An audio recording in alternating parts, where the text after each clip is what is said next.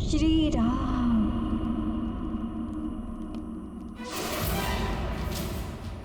इसके लिए अपना ये अमूल्य समय नष्ट करी जा रही हो प्रिय? उस वल्कल वस्त्र में लिपटे नर के लिए जिसकी विजय की कोई आशा नहीं, वो अपना राजपाट और भाग्य गवाकर वन वन भटकता है, धरती पर सोता है। ये तो शंका हो रही है कि वो कहीं जीवित भी है कि नहीं।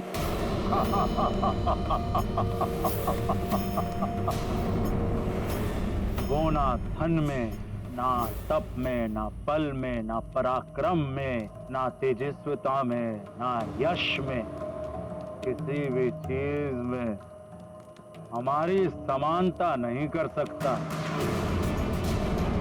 एक कृष्णांगी और नर नहीं, लंकेश दशानन रावण है तुम्हारे योग्य, जिसने मानव ही नहीं, यक्ष, गंधर्व, नवग्रह सब पर विजय पाई है।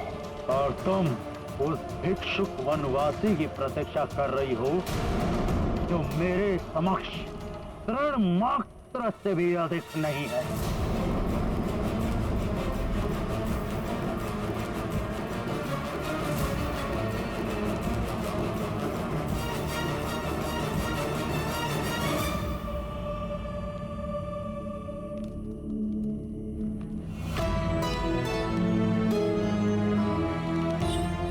यदि तुम इतने ही पराक्रमी तो मेरे स्वामी के समक्ष मेरा हरण करते। क्यों चोर होकर लिप्त होना पड़ा तुम्हें? पहले तो मेरे स्वामी को छल से दूर किया मुझसे,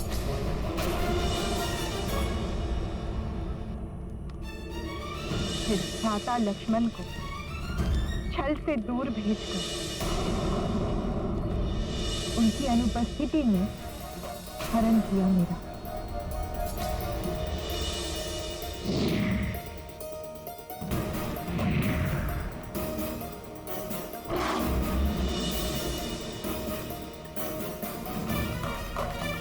प्रतापी नहीं, कायर हो तुम रावण। कायर, दुर्बल, प्यार।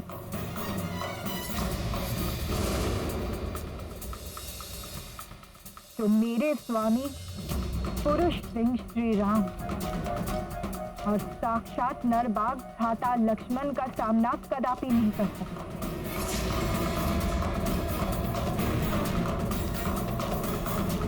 कायर ही नहीं, मूर्ख ही हो तुम रावण। तुम मुझे स्वर्ण, माणिक और ऐश्वर्य आदि का प्रलोभन दे रहे रावण। अपना चित्त मुझसे हटाकर अपनी पत्नियों पर केंद्रित कर, क्योंकि एक पर स्त्री पर कुदृष्टि रखने वाला तुम जैसा कुत्सित और निकृष्ट व्यक्ति सबकी घृणा का पात्र तो बनता ही, स्वयं के पतन का कारण भी बनता है। क्या इस बात की शिक्षा तुम्हें किसी ने नहीं दी? स्वयं को वेदों का ज्ञाता कहते हो तो क्या मात्र कंठस्थ किया तुमने वेदों को?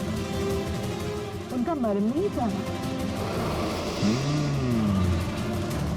क्या तुम्हारे गुरु और तुम्हारे माता पिता ने यह नहीं सिखाया कि एक पराई स्त्री पर कुदृष्टि डालना महापाप है?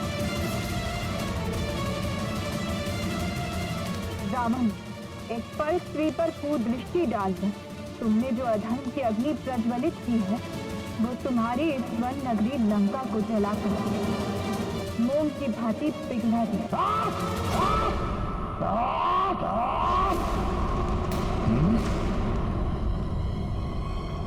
बंद कर अपना ये प्रवचन। कोई अधर्म नहीं किया है हमने। ये राक्षस संस्कृति है। छल से या बल से किसी की भी पत्नी का हरण कर सकते हैं हम राक्षस। यद्यपि बल का प्रयोग करके हम चाहते तो तुम्हें वश भी कर सकते थे, किंतु लंका में लाने के पश्चात हमने तुम्हें स्पर्श भी नहीं किया। क्यों? क्योंकि हम चाहते थे कि तुम स्वयं अपने मन से हमें स्वीकार करो, किंतु अब मेरा धैर्य समाप्त होता जा रहा है और तुम्हारा समय। हाँ, समय समाप्त होता जा रहा है तुम्हारा।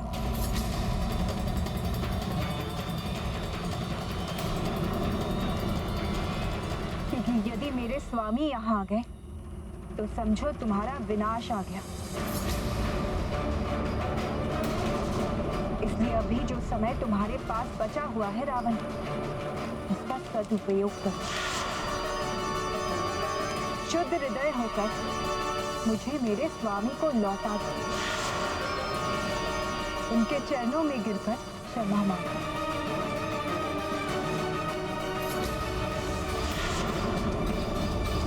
क्षमा?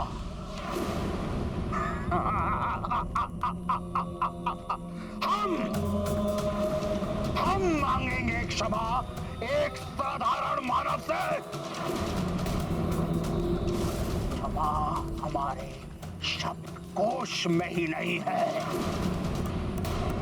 क्योंकि रावण है हम। तो तुम यूं समझ लो रावण, मेरे हरण का दंड तुम्हारा मरण, तुम्हारा मरण, तुम्हारा मरण।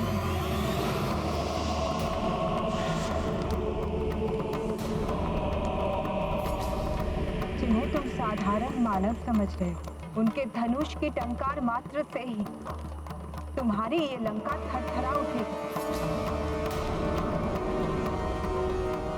उनके कंक पत्र वाले तीर चीर दे तुम्हारी और तुम्हारे राक्षसों की छाती। मान लीजिए स्वामी, देवी सीता की बात, आप क्यों अपने विनाश को आमंत्रण दे रहे हैं? विनाश तो अब तुम्हारा होकर ही रहेगा दुष्ट रावण। कहते हैं पुरुष स्त्री से जितना उन्होंने विनय करता है वो उसका उतना ही अधिक प्रिय हो जाता है, किंतु मैं तुम्हारे साथ जितने मीठे वचन बोलता हूँ तुम मेरा उतना ही तिरस्कार करती हो। तुम मेरी दया के योग्य नहीं हो। आज अभी मैं तुम्हें बलपूर्वक अपना बनाऊंगा।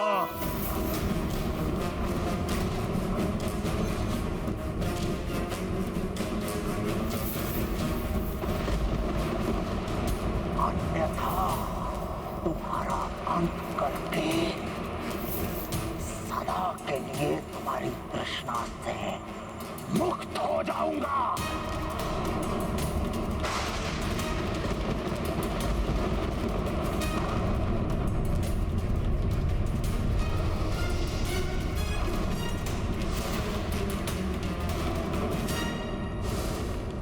रावण, यदि अब सीता माता को स्पर्श भी किया तो इसी क्षण तुम्हारा अंत कर देगा हनुमान।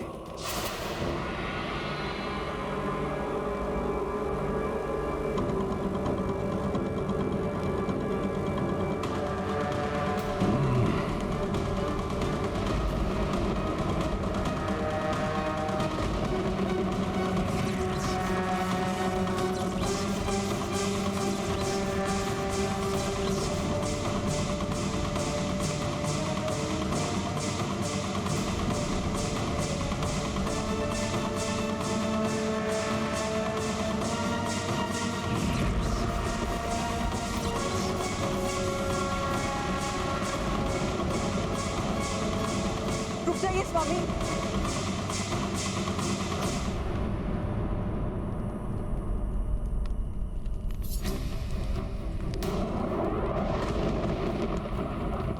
आप क्यों अपनी मृत्यु को आमंत्रण देना चाहते हैं?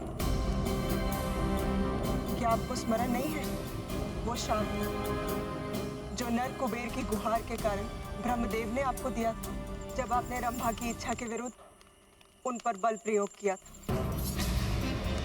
मैं तुम्हें श्राप देता हूं कि आज के पश्चात यदि तुमने किसी भी स्त्री की इच्छा के विरुद्ध उस पर बल प्रयोग किया या उसका प्रयास भी किया, तुम्हारा शीश 7 भागों में खंडित हो जाएगा।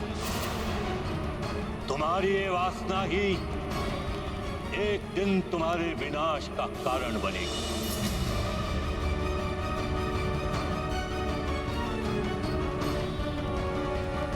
मैंने बल प्रयोग किया और मेरे 100 टुकड़े नहीं, श्राप सत्य भी हो सकता है।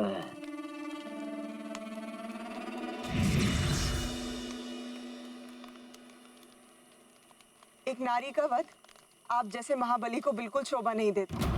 यदि देवी सीता अपनी इच्छा से आपको स्वीकार नहीं करना चाहती तो आप इन्हें पूर्ण सम्मान के साथ इनके पति के पास वापस भेज दें। इनके यहाँ रहने का अर्थ होगा एक बहुत बड़ी विपदा को आमंत्रण देना। विपदा आएगी किंतु मुझ पर नहीं, इस पर। सीता, तुम्हें जो अवधि मैंने दी थी उसमें 2 माह और शेष। 2 माह और मैं तुम्हारी प्रतीक्षा करूंगा। तत्पश्चात भी यदि तुम मेरी शैया में नहीं आए, मेरे कलेवा के लिए तुम्हारे टुकड़े कर देंगे। अनुचर्य, साम दाम दंड भेद कोई भी नीति अपनाओ, किंतु इस मिथिला की राजकुमारी को इतना विवश कर दो कि ये स्वयं नियम अपनाने के लिए तत्पर हो जाए। दुष्ट मरण रहे। इस कार्य में असफलता का अर्थ है इसके साथ ही तुम सबकी मृत्यु भी। जी लंकेश।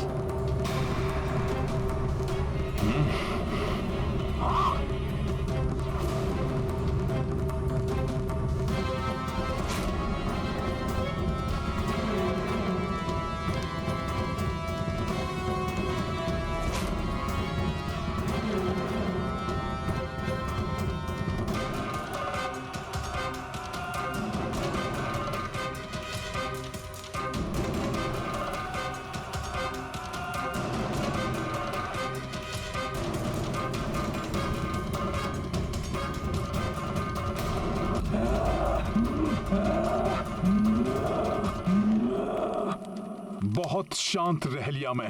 यदि अब इन राक्षसियों ने सीता माता को कष्ट दिया तो इनका यही अंत कर दूंगा मैं।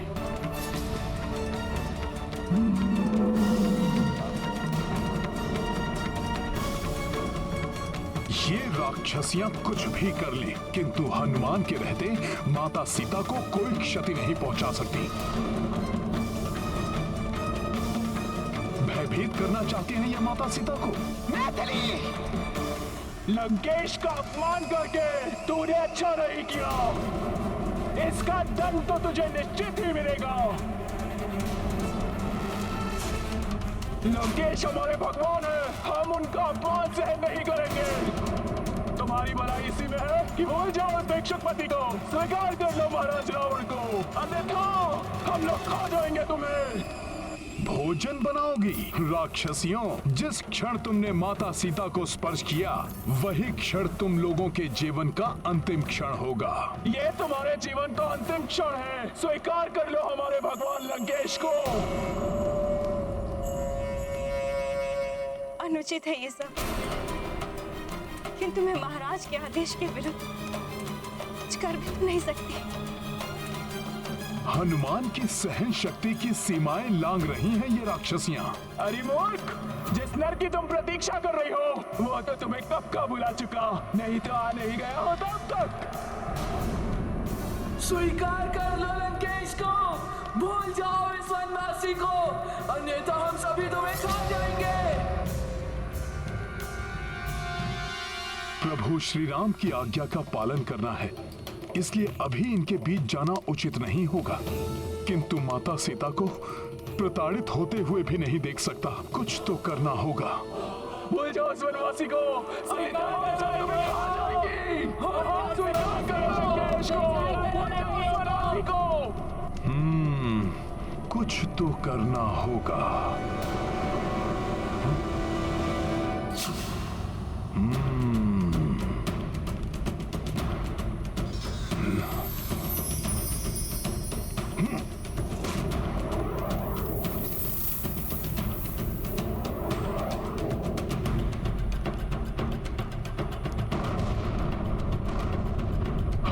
ये क्या? ये विस्फोट कैसा?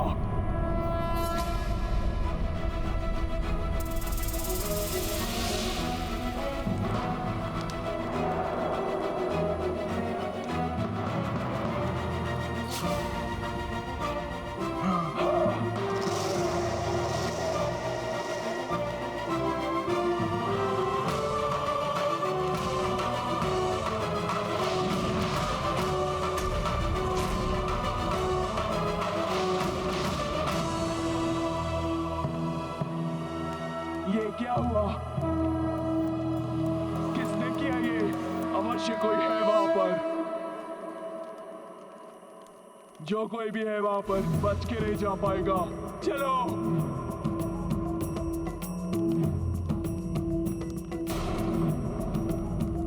जय श्री राम। आपकी कृपा से हनुमान की युक्ति सब।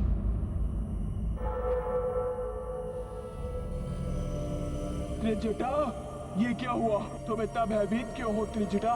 बताओ, किसने किया ये सब? बोलो त्रिजटा, ये सुदृढ़ मूर्ति किसने ध्वस्त की है? ध्वस्त हो जाएगा सब कुछ, ध्वस्त हो जाएगी लंका। मूर्ति की ही भांति विनाश हो जाएगा सारे राक्षस कुल का। क्या नरकर प्रलाप किए जा रही हो त्रिजटा? क्या हुआ? कैसे हुआ ये? मूर्ति के ध्वस्त होने के बारे में तो मुझे कुछ ज्ञात नहीं है, किंतु अभी अभी मैंने एक स्वप्न देखा है, बहुत भयानक स्वप्न। लंका का विध्वंस, समस्त लंका वासियों का विनाश देखा है मैंने। स्वप्न? स्वप्न तो मात्र स्वप्न है, परंतु उसके लिए मूर्ति कैसे ध्वस्त हुई है? बोलो। मेरी मानो तो ये विनाश का आरंभ है। लंकेश सीता के रूप में सारी लंका के लिए विनाश एवं स्वयं के लिए मृत्यु लेकर आए हैं यहाँ। यही भय तो मुझे भी सता रहा है। देवी सीता पतिव्रता स्त्री है और एक पतिव्रता स्त्री साक्षात शक्ति का रूप होती है।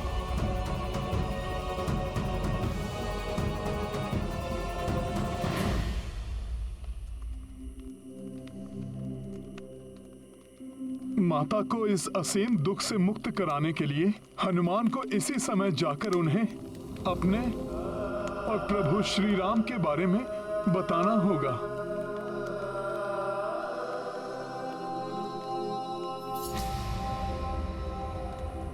नहीं,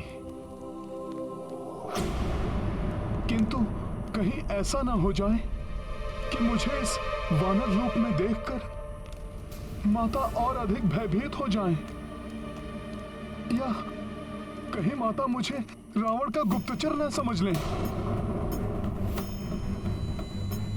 मूर्ख हो तुम सब, एक स्वप्न मात्र से भयभीत हो गई।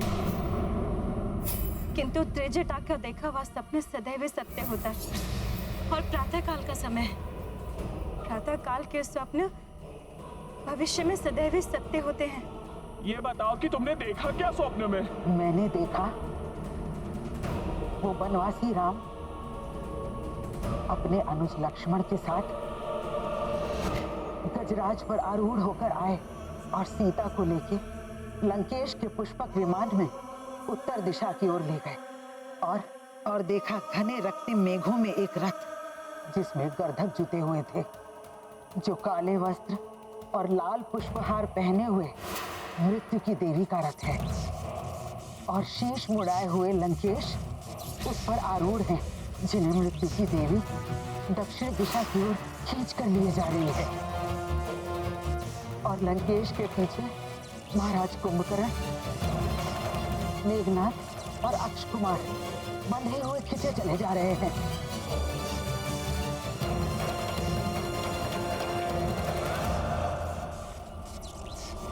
और पीछे छूट गई है लंका, खंडहर बनी हुई, जहाँ चारों ओर